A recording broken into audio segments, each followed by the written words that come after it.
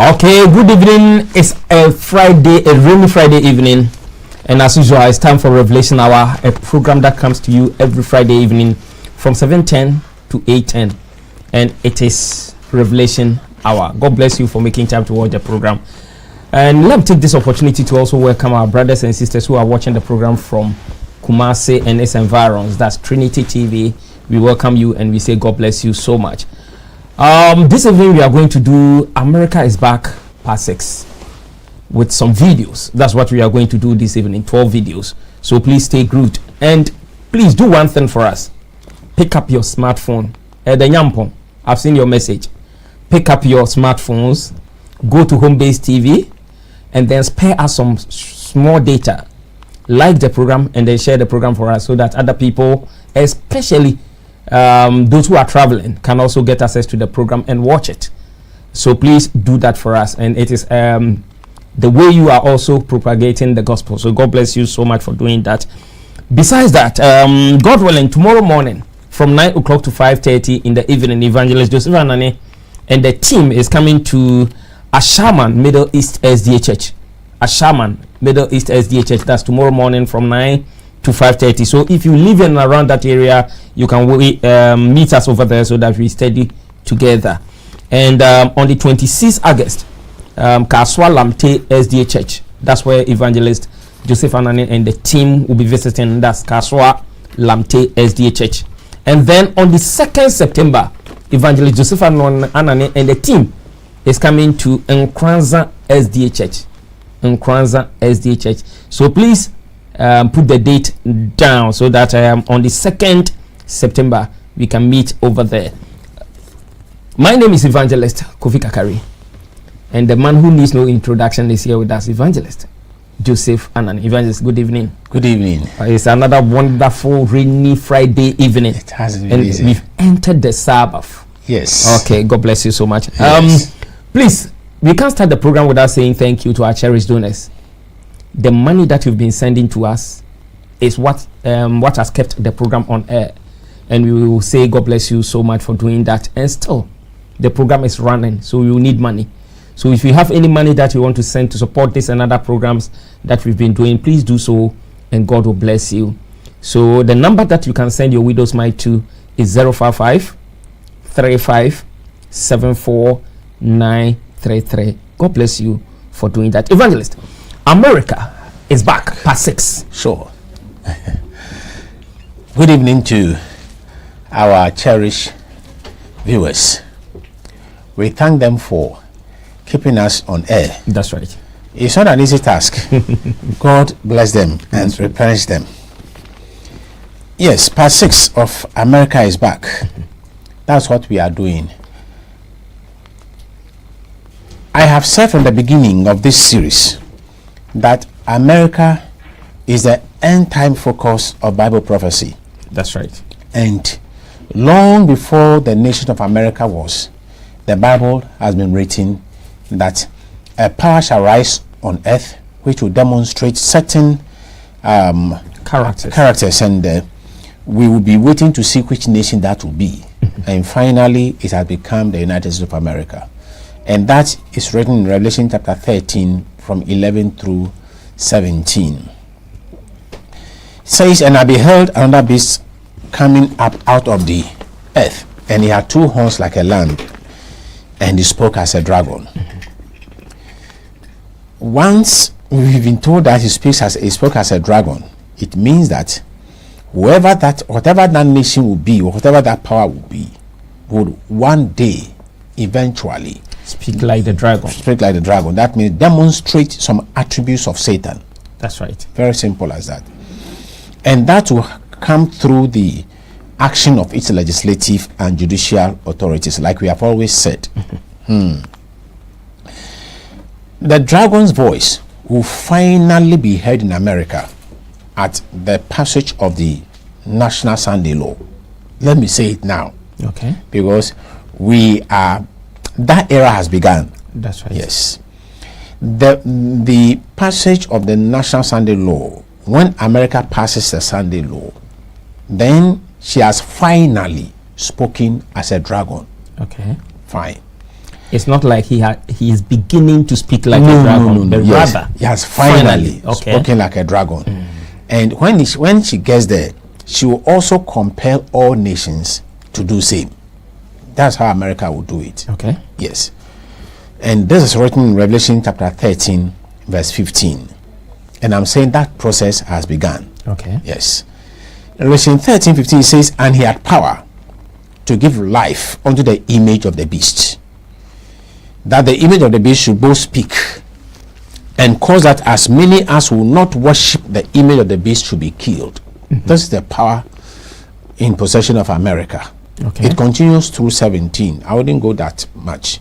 We are moving forward little by little. And for that reason, the first video will demonstrate where we've got into now. Video one. America, a lamb-like beast will one day speak like the dragon. Video one, production, please, if you're ready, roll it for us. Video one. And welcome back here on Live Now from Fox. Once again, taking a live look at the Supreme Court as we continue to talk about the rulings from this morning. The Supreme Court using the case of a Christian mailman who didn't want to work Sundays to solidify protections for workers who asked for religious accommodations. In a unanimous decision, the justices made clear that workers who ask for accommodations like taking the Sabbath off should get them unless their employers show doing so would result in, quote, substantial increased cost to the business. Andrew Lieb is a legal analyst, a friend of the show with Lieb at Law, and joins us now live to talk more about all of this. Thank you so much for taking the time to be here. Josh, thanks for having me. What an important decision that's going to change workers throughout the United States today. I can't underestimate how important this decision is. And kind of break it down for me. Why is this something that so many people are paying attention to, talking about, and what does it mean for workers in the U.S.? Well, I'm going to do it two ways. I'll tell you legally, and then I'll tell you effectively how it's going to affect everyone. Legally, we have a decision from 50 years ago that explained how you're supposed to do employment law, like how employment law, it's called Title VII. You might have heard of it, the EEOC, Equal Employment Opportunity Commission, how you need to deal with an employee that wants an accommodation. What is an accommodation? A change of a policy, a procedure of the job, and usually we hear about it when it comes to either disability or handicap or religion. So in this situation, this evangelical Christian said, hey, listen, I think the Sabbath is a day of rest. I shouldn't have to go deliver mail everywhere. That's the Sabbath. On Sunday, I don't need to do that. And the lower court, the district court, they said, you got no case. 50-year-ago precedent, it says, as long as the employer can show more than a de minimis cost, they can deny you. This changes it. Employees have so much more rights today. In effect, what we learn, a 9-0 decision by Alito, Josh, here's what it says. Now, if you are a religious person and you ask for an accommodation, it's a holiday that's not recognized by your employer. It's the Sabbath. You need to wear a different outfit. You need to have a different head covering. Your employer needs to give that to you, except if it's going to be a substantial hardship, which is going to be a fact-determinative decision. And no longer can they say, oh, it's just going to be a little cost de minimis. It changes everything. Employees have so many more rights today than they did earlier this morning at 10 o'clock when this came out. The world of employee rights changed, Josh. This is Okay, welcome. Please, we are still streaming live on Facebook, so please join us on Facebook as well and share it for us. Elder Ebenezer Kunyampong, God bless you so much. So keep on sharing. Evangelist, we've watched American Supreme Court. Very good. And all this about the recent court case between Groff and then DeJoy. Okay. And the evidence is from the court. At least in our generation, for the first time, the Supreme Court of America has ruled on a Sunday Sabbath. We heard the news. Yeah, that's right. And then the Seventh-day Adventist Church, they also were part of the court case. And they joined amicus superior. Yes, 1 and 2. The only okay, Supreme Court issue historic ruling strengthening religious accommodation protections for workers. Yes. Okay, that's United States. They will not. June 29th, 2023. Very good. Okay. Then you go to the case. The case entered on Gerard Groff. Yes. A devout Christian. Yes. Wow, I like the expression. A Christian whose faith prompted him to keep a 24-hour Sabbath on Sunday. That is correct. So that was the case at the court. I said here, not some few minutes back, that America will finally speak as a dragon when she passes the Sunday law, and the process is unfolding. That's right. I said in our generation, for the first time, the Supreme Court has sat on a Sunday case, and that is where America speaks out from. That's right. With the dragon voice. So once it has entered there, the voice has begun coming out. Okay. Fine. That's from the Seventh-day Adventist General Conference. That's right. Very good. Now let's come to the public affairs of the United States Catholic Bishop Conference. Okay. Meaning the religious bodies are speaking. Yes. Okay, this is U.S. Bishop's Religious Liberty Chairman on Yes. Supreme Court's ruling in Groff versus DeJoy. Very good. Today, in a unanimous ruling, the Supreme Court of the United States breathed life Yes. back into a major civil rights law meant to prevent discrimination by employers against people of faith in the workplace. Very good. That's June 29, 2023. Okay. Now when you look at Revelation 13:15, it will appear on the screen in a moment. It says he had power to give life unto the image of the beast. Okay. This is Bible. We are in 2023, and in June, the Supreme Court of the United States breathed life back into a major civil rights law. What a coincidence. Yes. So this is a fulfillment of prophecy. That's right. And verse 15 follows verse 14. 14 follows 13. 13 follows 12. 12 follows 11, where she speaks as a dragon. That's right. So when she begins to speak like a dragon, these will be the evidences. Yes, because the action of his speaking like a dragon comes from the court. Okay. And the court is ruling on Sunday to be a day of rest. Okay. Per Groff's petition that he took to the court. That's right. And I'm saying that with this, America has begun speaking like a dragon. A dragon. Now you can hear from the verse that the image of the beast. Yes. So why America forming an image of the beast? The question is, where did she get the Sunday resting law from? He breathed into that law. That's right. Where did he get the law from? That is my question. Okay. And we will read from the joint statement of the European Sunday Alliance. This is coming from Europe. Okay, joint statement of the European Sunday Alliance. Yes. On the occasion of the annual European Day for a Work-Free Sunday on March 3rd, 2021. Yes. 1,700 years Sunday protection. The value of synchronized free time in times of increasing digitalization. Yes. On March 3rd, 321 AD, Very good. Emperor Constantine decreed Sunday to be a day of rest protected by law. Very good.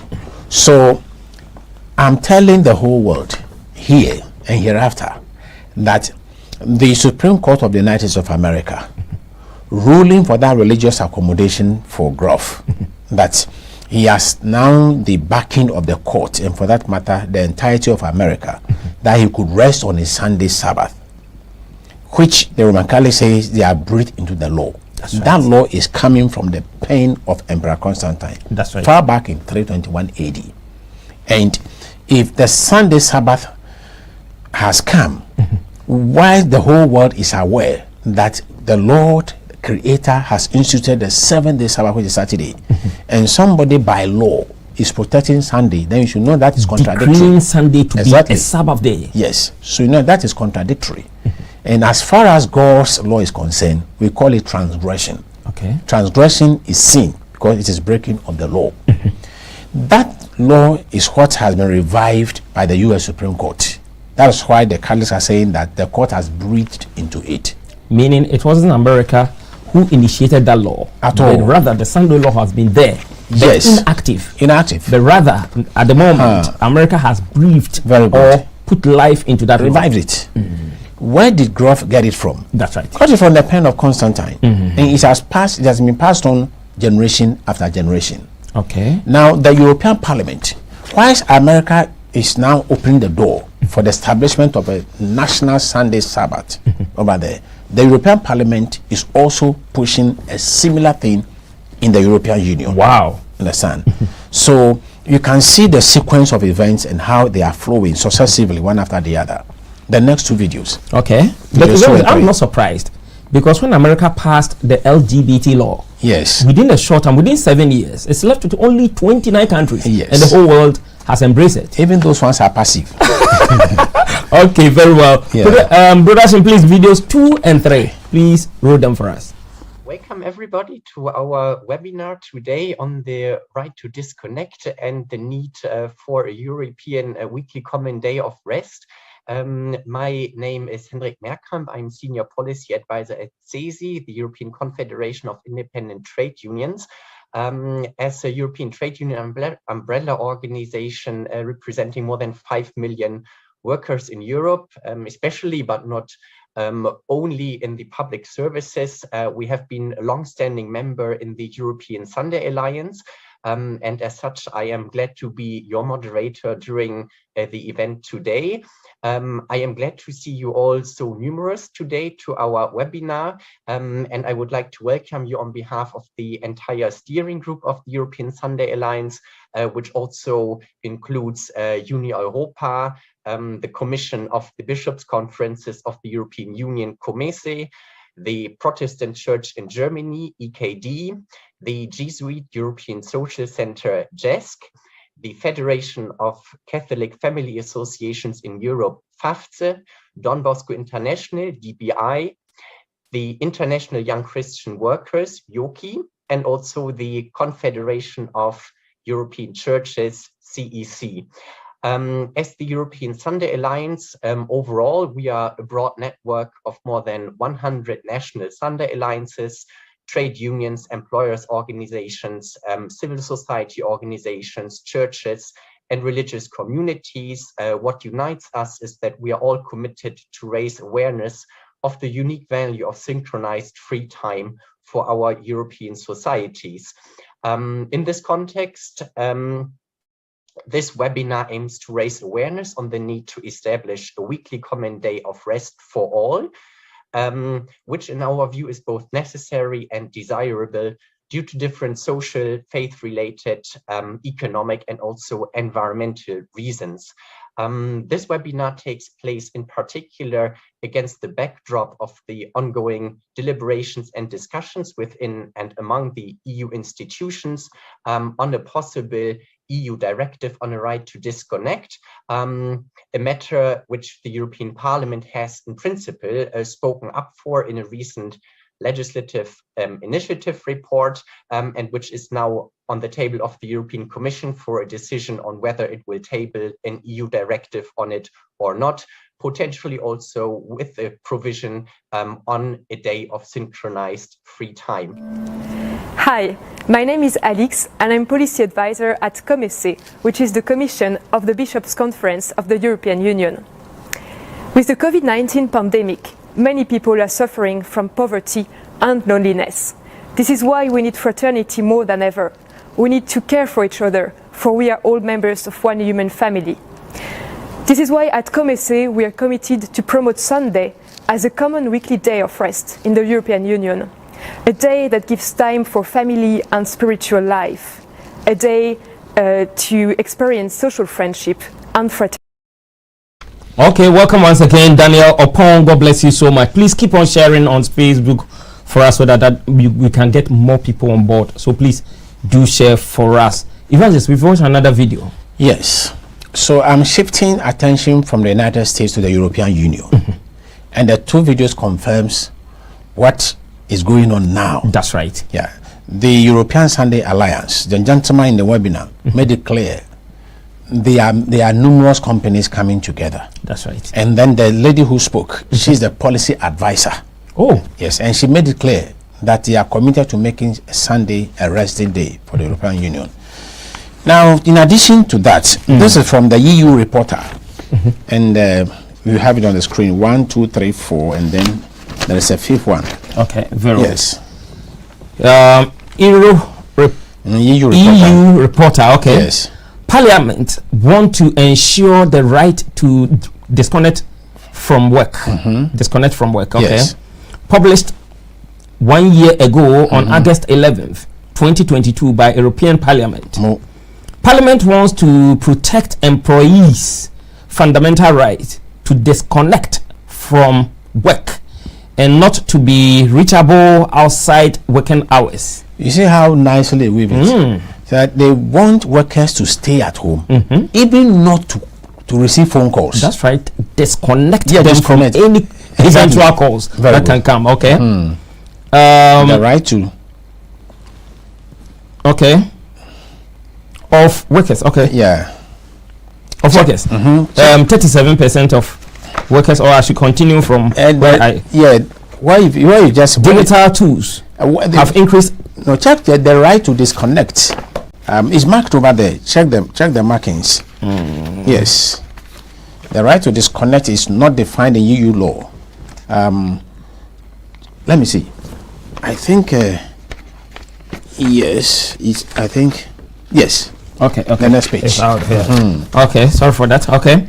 Yeah. The right to disconnect is not defined in EU law. Very good.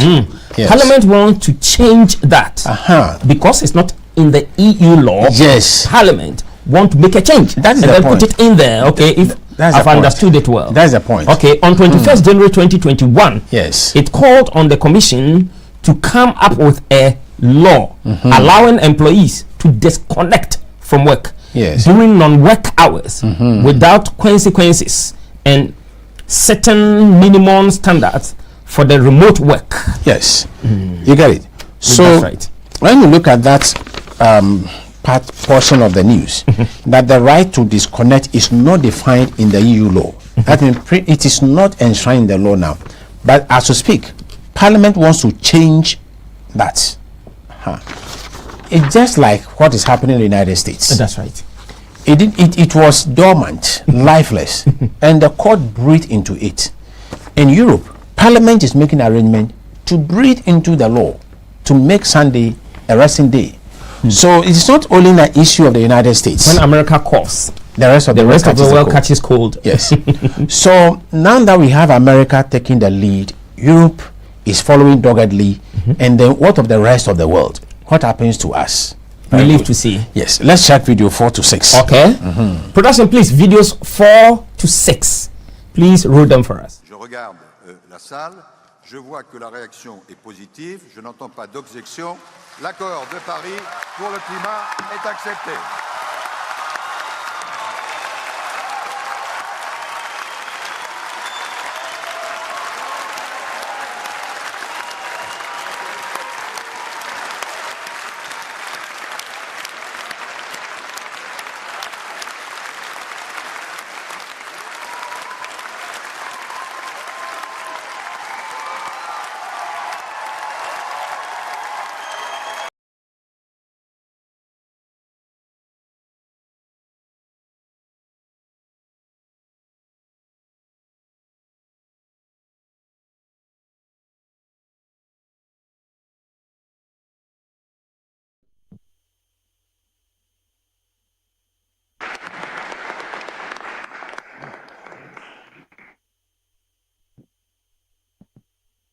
Eminences, Excellencies, ladies and gentlemen, it is a pleasure to celebrate with you today the entry into force for the Holy See, in the name and on behalf of the Vatican City State, of the United Nations Framework Convention on Climate Change, as well as the Paris Agreement under this convention. With the accession of the Holy See, the UNFCCC almost reaches its universalization with 180 states parties. On the 29th of last month, there was a high panel discussion on climate change, and I had the honor of leading the Vatican delegation to that high panel discussion. and still felt very honored when, events in the UN, one has the possibility of intervening right in the opening session when the hall is full, or subsequently when, people walk out and all of that. And this time, I suppose, out of great respect for the Holy Father and the Holy See, and especially in view of the fact that it's a secret has just been published, we had a chance to intervene when the session, on the full session, and so part of the opening ceremonies. And the session was great because, especially since the Secretary General of the United Nations had wanted, actually did, make a comment right after the publication of the encyclical in support of the message of the encyclical and in support of the encyclical's own, if you want, moral support to all the talk about climate change and the need to be committed to some kind of change and to change shift. And then over and above the Secretary General's own recognition in his speech of the role of the encyclical, the publication of it, and gratitude to the Holy Father, one after the other, the heads of state and representatives who intervened kept making reference to the encyclical, as the Holy Father has said, So it's something that has resonated very widely, and it's something that apparently, in the short period of time between the publication and this event in the UN, people apparently had read it and knew what the encyclical was saying, and found in it a strong moral support for the UN's own. Okay, Foster Usu Asante, God bless you so much. Please keep on sharing for us. Evangelist, we've watched 3 videos. Yes. I'm now, getting the attention of our viewers to what is happening in Europe. Yes. We've drawn from Europe, and now we are taking the global dimension altogether. The 3 videos all speaks one. The Holy See has now joined the United Nations Paris Agreement. 2, that was the video where you saw, we watched the video. That's right. And then we also heard Cardinal Turkson also testifying that, yes, the world at the UN body accepted the Pope's encyclical. And then we saw the Paris Agreement, the moment the agreement was adopted. That's right. We saw those 3 videos. All comes to enforce or establish the fact that globally we have accepted the Paris Agreement. Fine. And just to add a little to it, the Vatican's accession to the Holy See's accession to the UN Paris Agreement. Okay. The document is on the screen. Very well. Vatican News. Yes. Vatican present occasion to UN and Paris Climate Agreement. Very good. That's October 4th, 2022. Yes. The Holy See deposits its instrument of accession to the 1992 United Nations Framework Convention and the Paris Agreement signed in 2015 to the United Nations Secretariat. Yes. And holds an event in the Vatican to celebrate the occasion. Very good. Now, that event which they held in Vatican was what we heard in the video. That's right. In the Paris Agreement, which the arbitrate Cardinal Turkson says the heads of state and government representatives unanimously accepted. Yes, kept making reference to the encyclical, as the Holy Father has said. The encyclical has it on the paragraph 237 of page 172. Yes. Okay. It's on the screen. Okay. Those who have it, I think it's on paragraph 237. Yes. On Sunday, our participation in the Eucharist has special importance. Sunday, like the Jewish Sabbath, is meant to be a day which heals our relationship with God, yes, with ourselves, with others, and with the world. Very well. Sunday is the day of resurrection, the first day of the new creation, whose first fruits are the Lord's risen humanity. Very good. The pledge of the final transfiguration. Very good. So, at the Paris Agreement, we were told from the encyclical that Sunday is like the Jewish Sabbath. So Sunday is not the Sabbath. It's like they have simile. Yes, they have been made aware that the Sunday we are giving to you is like the Jewish Sabbath. It is not it, but it is like it. And then that Sunday heals our relationship with God, with ourselves, and then with the world. That is what has been given to the heads of state and government representatives. And they've accepted it. Very good. So over there, the Sunday now assumes a global dimension. That's right. Very good. Now, on what basis was the Sunday given to them? Because the UN FCCC, the United States, the UN FCCC is a body that looks at how to mitigate and reduce carbon emissions. That's right. In order to reduce the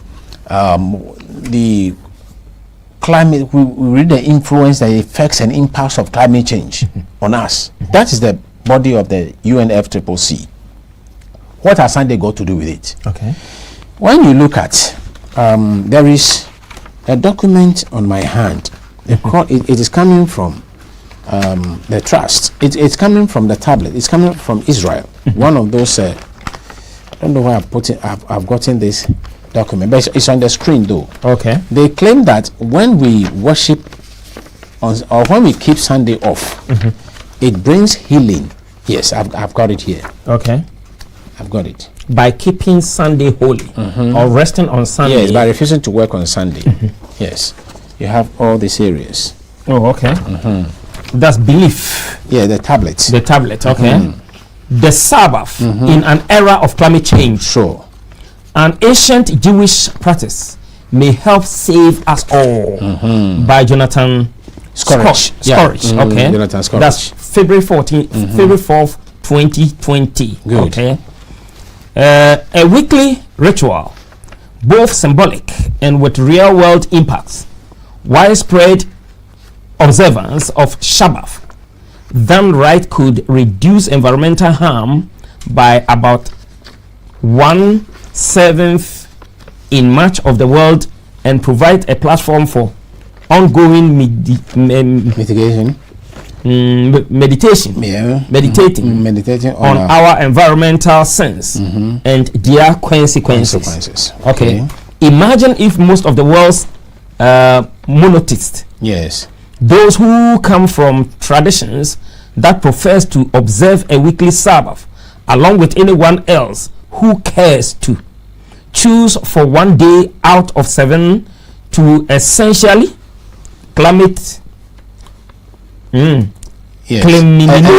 their own harm. Okay, eliminate their own harm to the environment on a consistent basis. Yes, this could prove to be the one of the cheapest environmental solutions at humanity's disposal.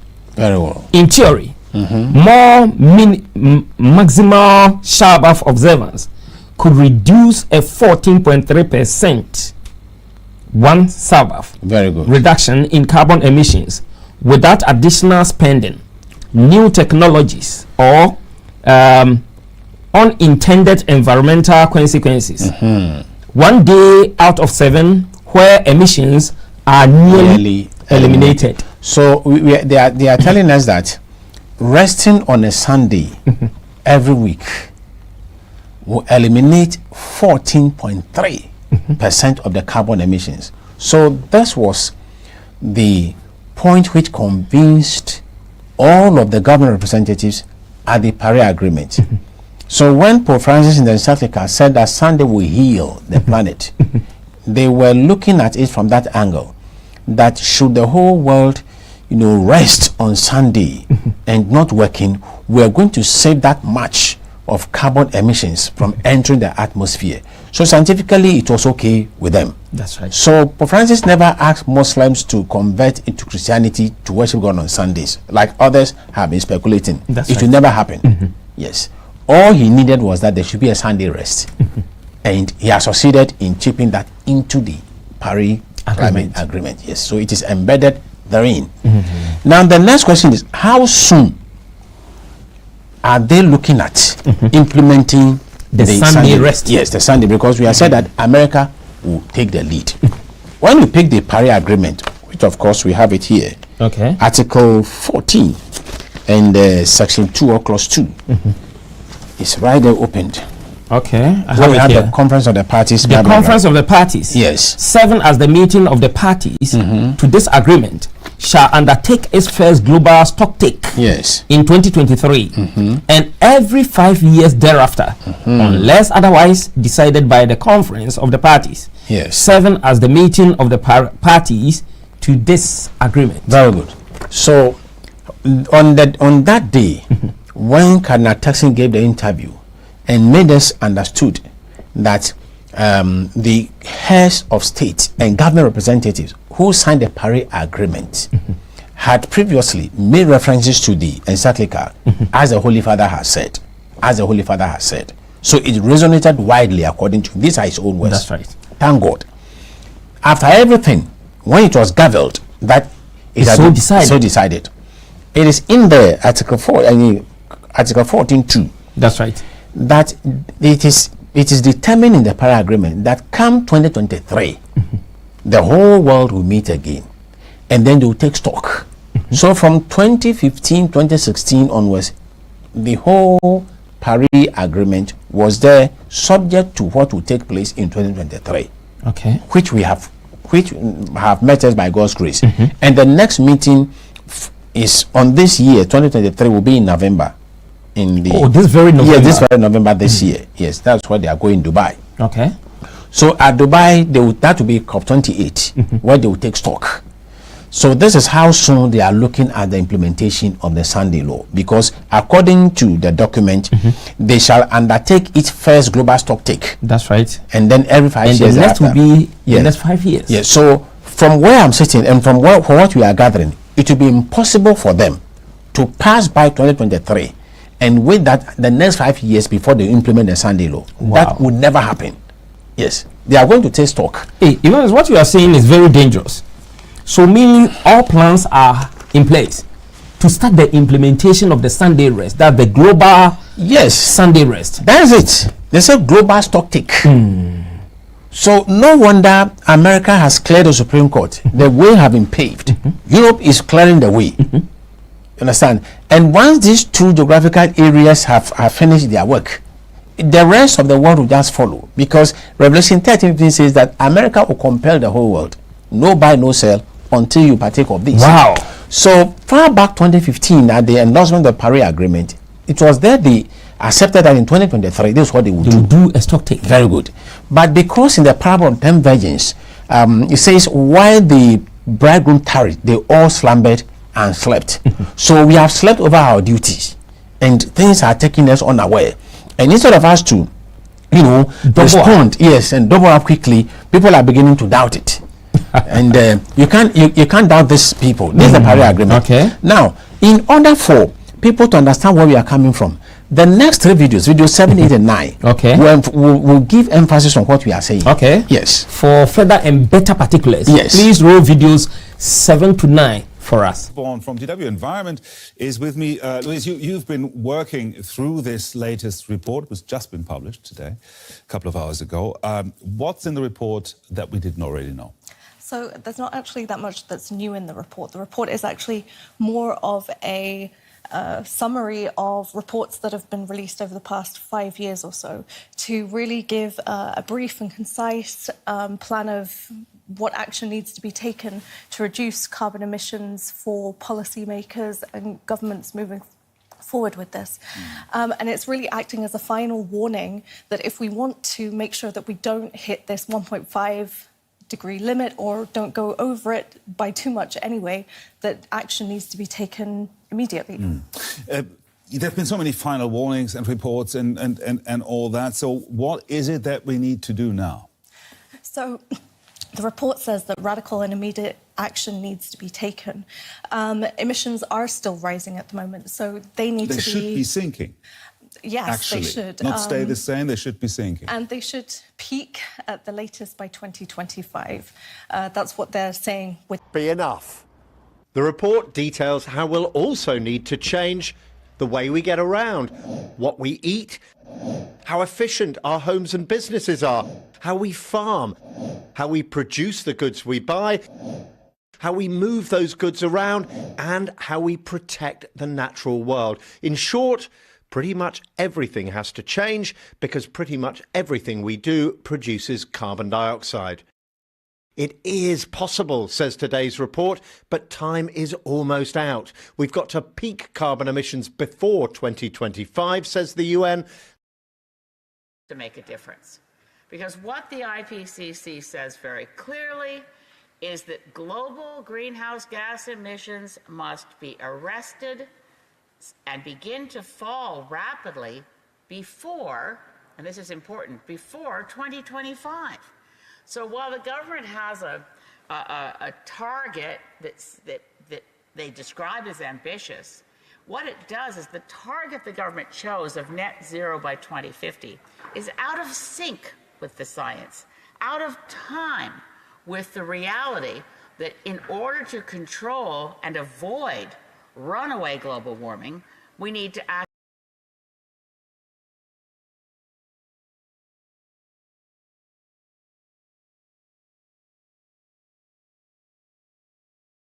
Okay, welcome once again. Madam Martha Kruvia is watching the program. And those of you who are sharing the program for us on Facebook, we say God bless you so much. Evangelist, it seems they are all saying the same thing. Exactly. So the Paris Agreement has said that the global stock take will be in 2023. And that we are looking forward to come in this November in Dubai, settled. Why would this 3 videos, this is just 3, there are more, the time and where we are now. The last speaker is Madam Speaker from Canada, says before 2025. Before? Yes. BBC said the same thing. Deutsche Welle News said the same thing. And these are global issues. So whilst America is opening the gates at the Supreme Court, the European Union is putting in the Parliament, you can see the whole world is coming together under the umbrella of climate change to push an emergency. Understand? So this is how the things are going. Before 2025. Before 2025. Before 2025. Yes. And the information that we are gathering, even UAE, some parts has started. Yes, Sunday. They are testing the waters. Day. They are testing the waters. Oh, okay. Very good. Now, more emphasis. The next 3 videos. Okay. Yes. We are discussing America is Back Part 6. So if you just join us, we say welcome and God bless you so much. Production, please, the next 3 videos. Please roll them for us. 5 years after Paris, we are still not going in the right direction. Paris promised to limit temperature rise to as close as to 1.5 degrees as possible. But the commitments made in Paris were far from enough to get there, and even those commitments are not being met. Carbon dioxide levels are at record highs. Today, we are 1.2 degrees hotter than before the Industrial Revolution. If we don't change course, we may be headed for a catastrophic temperature rise of more than 3 degrees this century. Can anybody still deny that we are facing a dramatic emergency? That is why today I call on all leaders worldwide to declare a state of climate emergency in their countries until carbon neutrality is.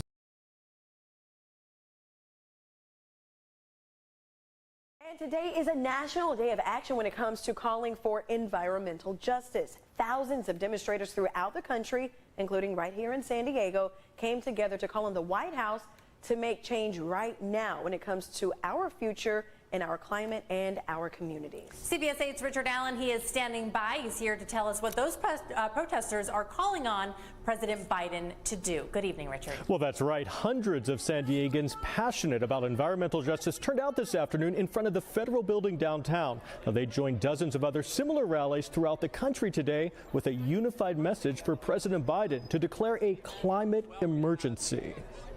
Biden, no time to wait. Act before it's too late. And if President Biden were to officially declare a climate emergency, these climate justice activists led by the group San Diego 350 say this would allow him to tap into his full executive powers to take faster and bolder action, especially when it comes to ending fossil fuel extraction. Now, these protesters, along with thousands of others around the country, say that Biden could use his power as president, even in the face of the divided Congress we now have, to stop the approval of new fossil fuel leases, reinstate a ban on crude oil and gas exports, and also stop foreign fossil fuel investment. Instead, these demonstrators are demanding our federal government focus on investing in our communities, especially the ones most negatively impacted by the climate crisis, which are disproportionately lower income minority neighborhoods. Now, San Diego leaders pointed out that on the local level, we are making strides to reach our own climate plan goal of net zero emissions by the year 2035. Still, more needs to be done. We need to really make sure that the transition is fair, that environmental justice is part of it, and that we include everyone. We have the plans, the ideas, the solutions, but we do not have the power. There is one individual in this country who does have the power, and that is President Joe Biden.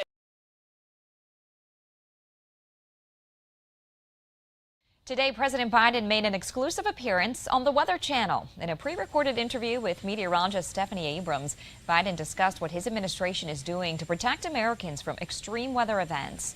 One of the biggest topics he addressed was climate change. Here's some of what he had to say. Mr. President, you call climate change a code red for humanity. The World Health Organization said it will cause an additional 250,000 deaths a year starting in 2030. Are you prepared to declare a national emergency with respect to climate change? We've already done that. We've conserved more land. We've we've rejoined the Paris Climate Accord. We've passed a $368 billion climate control facility. We're moving. It is the existential threat to humanity. So you've already declared that national emergency? Well, in the practice, you got a bug on you. Oh, thanks. Appreciate it. So you've already declared that national emergency? Practically speaking, yes. Yeah. Yes, it's getting worse. Yes, the grounds have been prepared for the final action. That's why I said earlier on that America will finally speak like a dragon at the National Sunday Law. That's right. And the grounds have been prepared. And Seventh-day Adventists should know that Time is no more. Yes, we are almost at the gates of heaven. They should just pack back and baggage and let's get in by doing the last minute work. There we go. The Guardian says what? Pope Francis declares state of emergency and climate emergency. This is coming from the Guardian. Okay. The Guardian newspaper. Yes. Pope Francis declares climate emergency. Yes. And urges action. Action. That's Friday, 14th June 2019. Very good. Okay.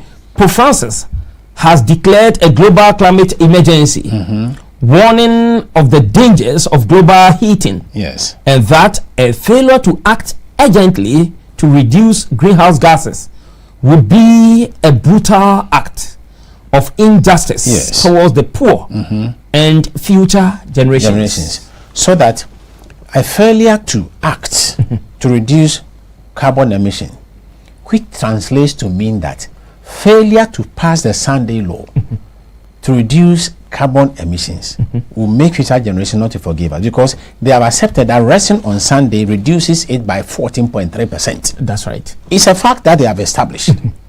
So he's pushing for a climate emergency. He's pushing for a Sunday Law. That is from the. That's right. Exactly. Yes.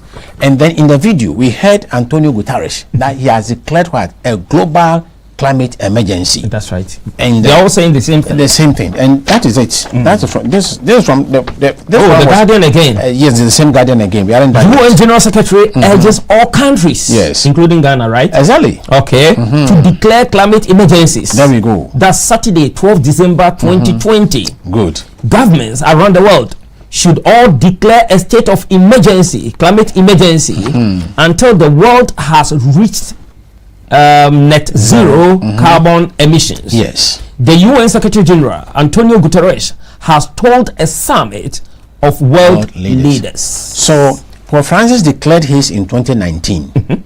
The following year, the UN Secretary General has sung the same song. Now there is pressure on President Biden to declare it in America, and he says he's already done that technically. And these have one mind. Exactly. So America will have to lead. Why would Antonio Guterres, a whole UN Secretary General, why would he declare? And yet it didn't work. Yes. And why would Pope Francis also declare? It didn't work. America breathed life into the image of the beast. That's so prophetic. Exactly. And the video said, he said there is only one person that can speak, and that is Joe Biden. The gentleman said it in the video. That's right. So everything is pointing now to America. That's right. Understand?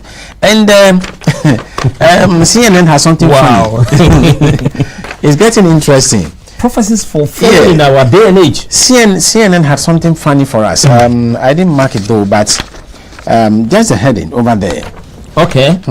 That's CNN politics. Yes. Biden incorrectly claimed he has declared a national emergency on climate. That's Wednesday, August 9th, 2023. Yes. Very good. So CNN is saying that he what? Incorrectly. Oh, okay. Because he said, yes, I've already done that. And we heard it in the video. Yes. But CNN says what they say is incorrect. Because that's not how we declare it. Do it properly. Very well. So this is 9th August. Some few days ago.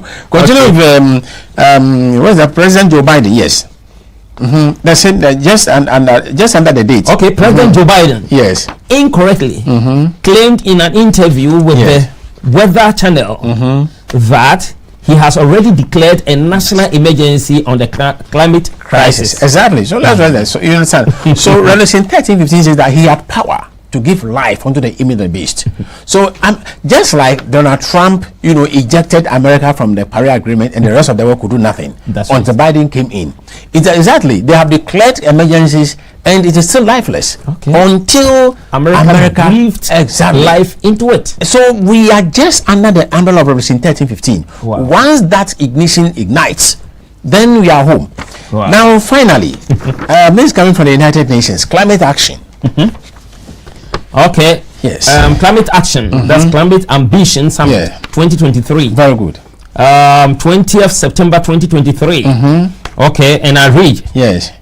To accelerate action by governments, business, finance, local authorities, and civil societies, and hear from first movers and doers. Yes. The United Nations Secretary General is convening a Climate Ambition Summit at United Nations headquarters in New York on 20th September 2023. Finito.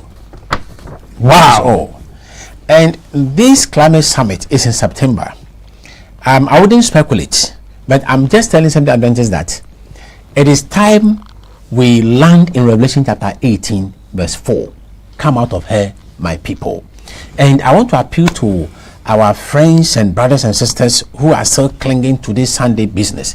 Please, it's time for you to disconnect. Okay. The issue is not Paul doing that or Colossians 2:16. The issue is Christ in you. He will never lead you to transgress the commandments of God. I rest my case. That's right. In fact, we have a lot of Sunday worshippers who are supporting this program. Yes. We are pleading with you.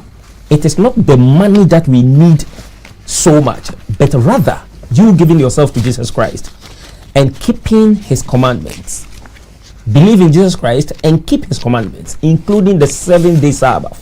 So that is what we are pleading with you, that don't just give the money, but rather give your life to Jesus Christ by keeping the Sabbath as well, so that when the sealing is done, you will also be sealed, and then you will go home. So God bless you so much for making time to watch the program. I think we still have some few minutes, like some 3 minutes. So I don't know, production, if we can pick some few calls. Okay. I can read from here. Kwabna Amwa. God bless you, Elder. Watching you live from Medina West. SDA Amwa. Okay, I don't know if that's your name. Ezekiel Moses says this National Sunday law is the snare that the Bible and prophets talked about. It's high time believers wake up and realize that the rapture is more imminent. Your rapture, you have to call so that we explain it properly to you. Okay, Michael Enim saying Enim is watching you live from Mataheko Kaneshi. Okay, God bless you so much. And Elder Ebenezer Nyaku Nyampon also is watching. Wonderful. God bless you for the wonderful message today. Okay, God bless you too, Elder. Okay, Daniel Pong. Okay, once again here, Nathaniel Gewelson Tom. I don't know if I pronounced the name well. He's saying happy Sabbath to you all members. Evangelist, your last words to wrap up. Yes. You see, when the disciples were asking Christ, tell us when this thing shall be, what shall be the sign of the coming and of the end of the world? This was what Christ was telling them, but they couldn't get it. Because what concerned them most of the destruction of Jerusalem, Christ gave them most of the signs concerning their time and age. Ours is what we are saying now. Christ foretold all these things. So I'm telling our viewers that yes, of course, it is when you transgress the commandments of God that you have seen. When you go to church on Sunday, you have not seen. It's only helping you to break the commandments of God. Understand? Okay. So they should rather keep the Sabbath first and then decide what to do with Sunday. Because if the UN is saying that yes, the climate is burning and people are dying here and there, why don't you declare 2 days Sabbath for the earth, so that if one day can reduce it by 14.3%, and you are struggling to add more, you are talking about net zero, and there is a 7-day Sabbath, why don't you add it so that you can get 28.6%? That's right. You are in a race to reduce carbon emissions. And if one day equals to 14.3, that's right. Why don't you add the Sabbath? Why don't you add the Sabbath? So that you have double portion. You have double portion of it. You understand? So these things are cynical. That's right. Yeah, they are satanic. That's right. So we are almost home, brethren. Yeah. One person just sent a message, and I don't know whether you address it. I love watching your program. It keeps me awake. Please, my wife and I have natural locks. Can we be baptized? Please let me know. They should go to the nearest Seventh-day Adventist church and explain their reason for their natural lock, because you have decided to lock your hair, and we don't forbid it. Okay. Yes, provided it's not connected to any spiritualistic background. Yes. You go there. Yes. And then the authorities will speak with you. Climate change and Sunday law are interwoven. The mark of the beast is at the corner. We are gradually getting to the end of the world's history. Sabbath keepers should be well awake. From Nana Ampim Tema. Nana, God bless you so much. So soon, this is where we draw down the curtains. And don't forget, from here, we are moving straight to Angel TV, and we are coming your way with Bible. Anyway, that one is going to be in Tree. So you can also join us over there as well. And that one is from 9 o'clock to 10 o'clock. And God willing, tomorrow morning, from 9 o'clock to 5:30 in the evening, Evangelist Joseph Anane and the team is worshiping with Ashamai Middle East, right? Yes. SDHH. So please, if you live in around that area, please let's meet over there and study together. So God bless you for making time to watch the program. We still need your money to pay for the airtime. So no amount is too small, no amount is too big. So support a wealthy cause, and God will bless you so much.